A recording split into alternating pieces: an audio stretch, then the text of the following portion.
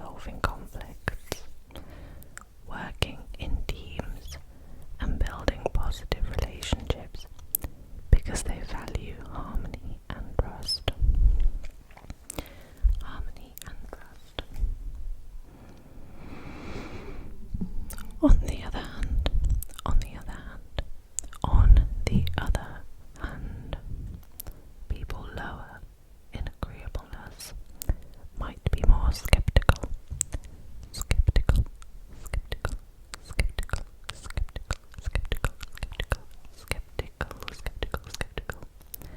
competitive, or blunt.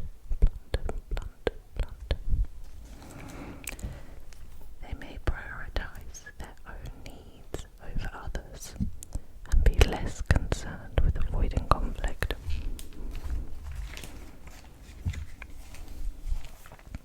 And the fifth and final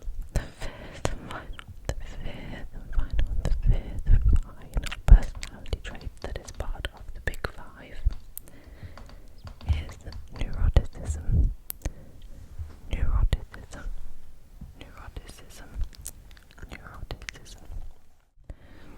Neuroticism reflects how sensitive someone is to stress and negative emotions.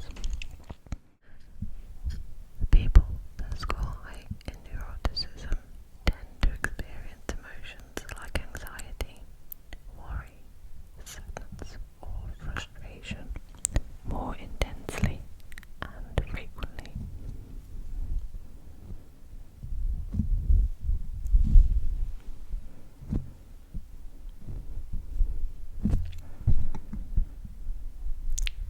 They might struggle to stay calm under pressure and may be more prone to mood swings.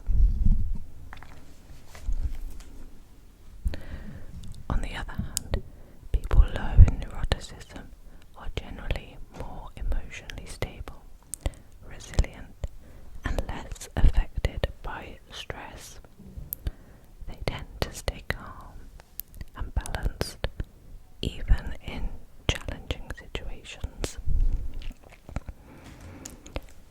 So that description of the Big Five personality traits I didn't take directly from the paper. I just made some notes myself. So they were not direct quotes, but they are the personality traits that the authors of the paper examined. So, in the research article, participants were 284 adults with ASMR and 279 without. And all the participants completed an online questionnaire.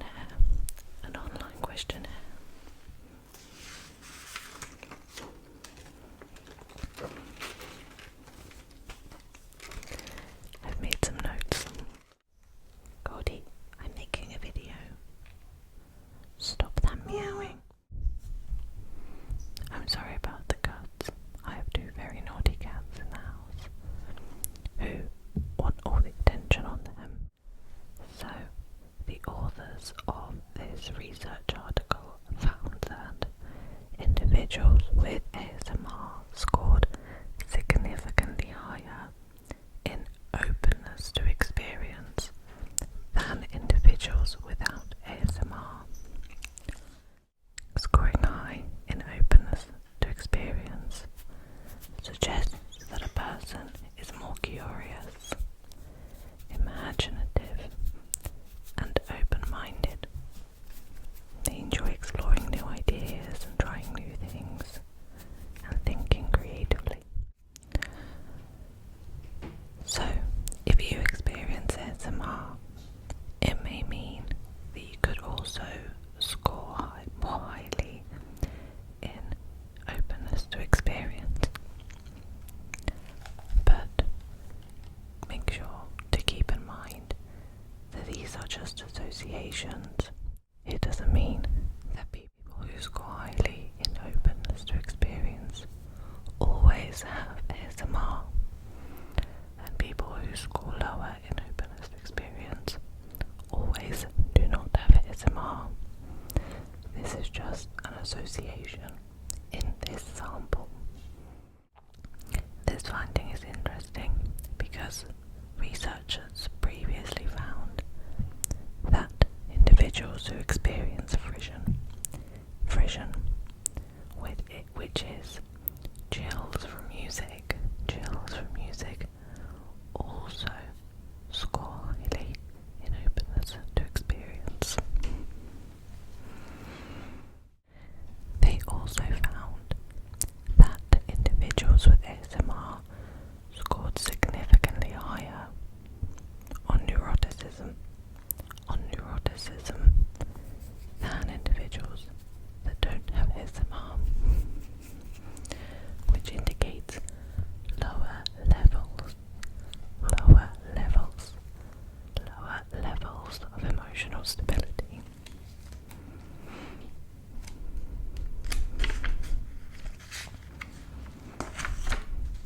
So as a reminder, neuroticism reflects how sensitive someone is to stress and negative emotions. People high in neuroticism tend to experience emotions like anxiety, worry, sadness, or frustration more intensely and frequently. Although they may have found this because a lot of people watch ASMR as a therapeutic for anxiety and depression, people say that it helps. But this finding might also be explained by a sensitivity to sensations that people that experience ASMR have. People that experience ASMR may be more aware of their physiological or psychological states than people without ASMR. If you think for a moment about experiencing tingles, for me, I'm not sure how it works for you, but for me, I have to focus on the video and nothing else. And sometimes I have to focus on a specific part of my body, such as my head, and nothing else. So in a way, it is good experience for learning to focus on your body and ignoring any outside information. So maybe people with ASMR are just better at feeling or identifying feelings in their body or their mind than people without ASMR. This is called interoception.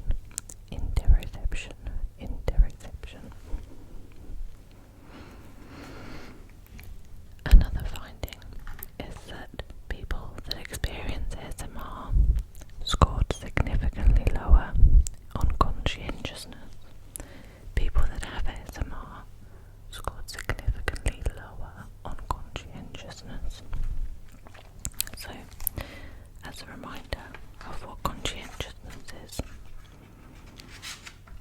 it is how organised, responsible and reliable someone is.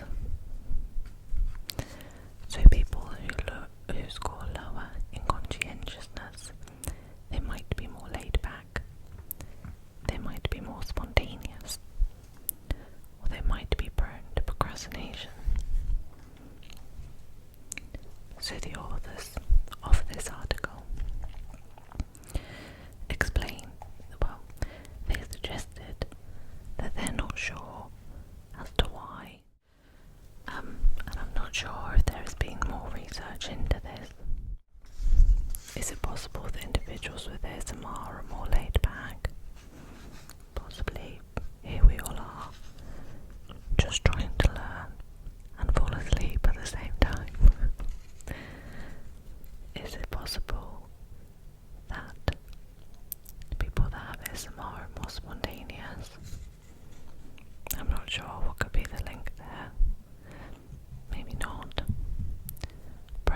procrastination.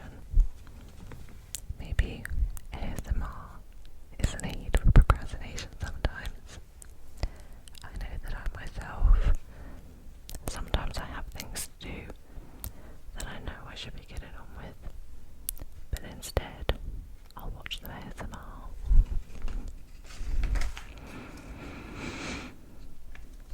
Okay. The authors of this article also found that individuals with ASMR scored lower on extroversion. Individuals with ASMR scored lower on extroversion than individuals who do not have ASMR, suggesting that perhaps individuals with ASMR are more introverted. So the author suggested that inward-looking people may be more likely to experience ASMR, which I could also see as being true.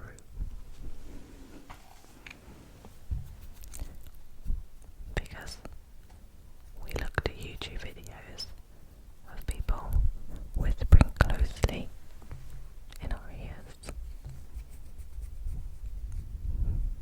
maybe replacing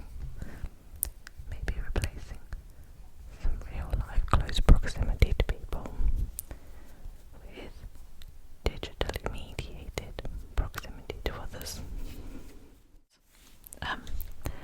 My neighbour just knocked and he scratched our car. So, not what I was expecting while filming an ASMR video. Anyway, where was I? So, it would make sense, because we love quiet environments for ASMR. They're ASMR conducive. And most people probably watch ASMR alone, which also makes sense. Trained after too much social interaction. I know that's true for me, but I don't know if it's true for you. But again, these are just associations, which means there is a relationship between people who experience ASMR and scoring lower on neuroticism, but that doesn't mean that it is true for everyone, and it doesn't mean that having ASMR always means that a person is introverted.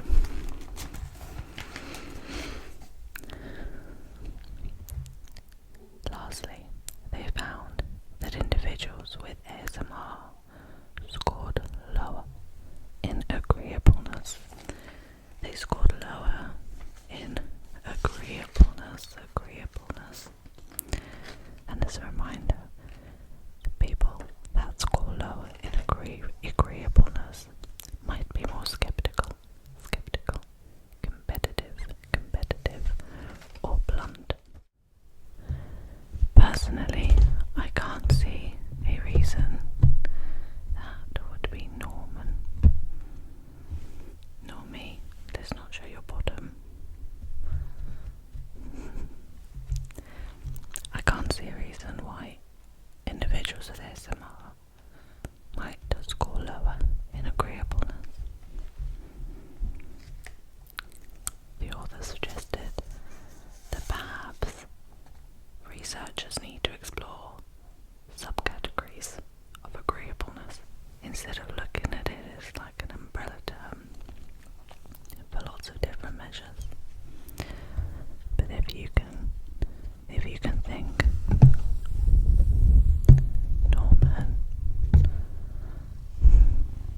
but if you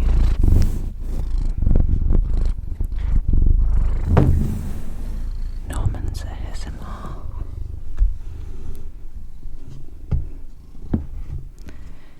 if you can think of a potential link between Normie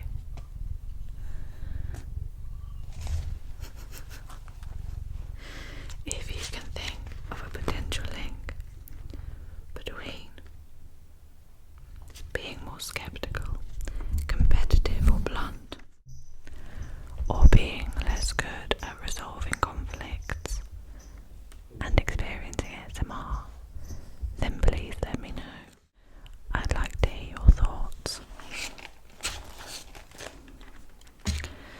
Something to note is that in this study, participants were recruited